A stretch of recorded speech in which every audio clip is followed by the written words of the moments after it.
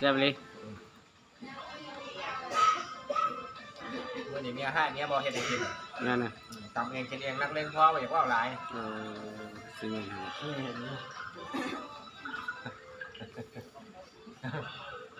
มาพี่น้องกินตำหงเด้อมันนี่แซ่บๆน้ำกันเด้อมันมาเด้อผู้ใดอยากก็มาเด้อก็ต้องเว้าหลายมาเจ้าชายบุษเด็จแล้วมาผู้ใดอยากตำหงแซ่บๆพี่น้องเลย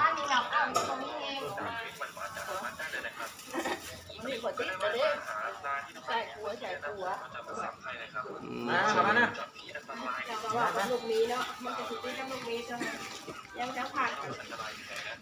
ไม่ได้ไล่เราไปไปนะมาพี่น้องมาแซ่บคือเก่ามื้อนี่บ่ต้องเว้าหลายมาเฮานะเมียเฮาเลิกไปได้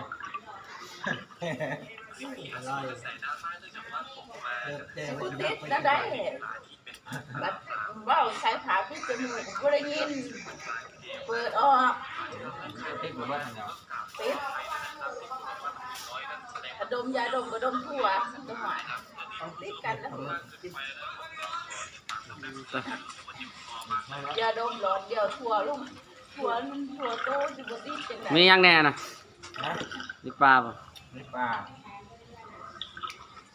แซ่บคือเก่ามาเด้อพี่น้องขอสิต้มมาลงคอพี่ไอ้แล้วมาแล้วพี่เดียวมาเด้อแซ่บคือเก่าบ่ต้องเว้าหลายไอ้ตามคือบ่กินที่เขาคนน่ะสารอาหารเยอะแล้วเขาหุ้มได้ชื่อเอาที่ปาดอีเฉยอันนี้กินเขากล้องเขาบอกว่าสารอาหารมันเยอะโดนน้ำตาลไม่เลือดมาพี่น้องแซ่บๆเลยมันเล่นแล้วเพื่อสุขภาพเพื่อตัวเองด้วยตายก่อนไว้อันควรตามได้เรื่อยกินไหมมาโอ้ยลีลาเนี่ยนะเขาก็จะร้ายเลยเนี่ยเขาอุ่นเขาเย็นช้ำน้ำเอิญมันคนกินดอกย่าปูก็อยากอ่านคุณขาลายน้ำปูให้กินอันนี้นี่เด้เบิ้งไปนั่งที่ชื่อแก่เขียน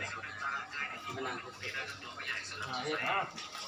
มาเด้อพี่น้องกินตำหงแซ่บๆน้ำกันมาเลยกินเขาเสียน่ะ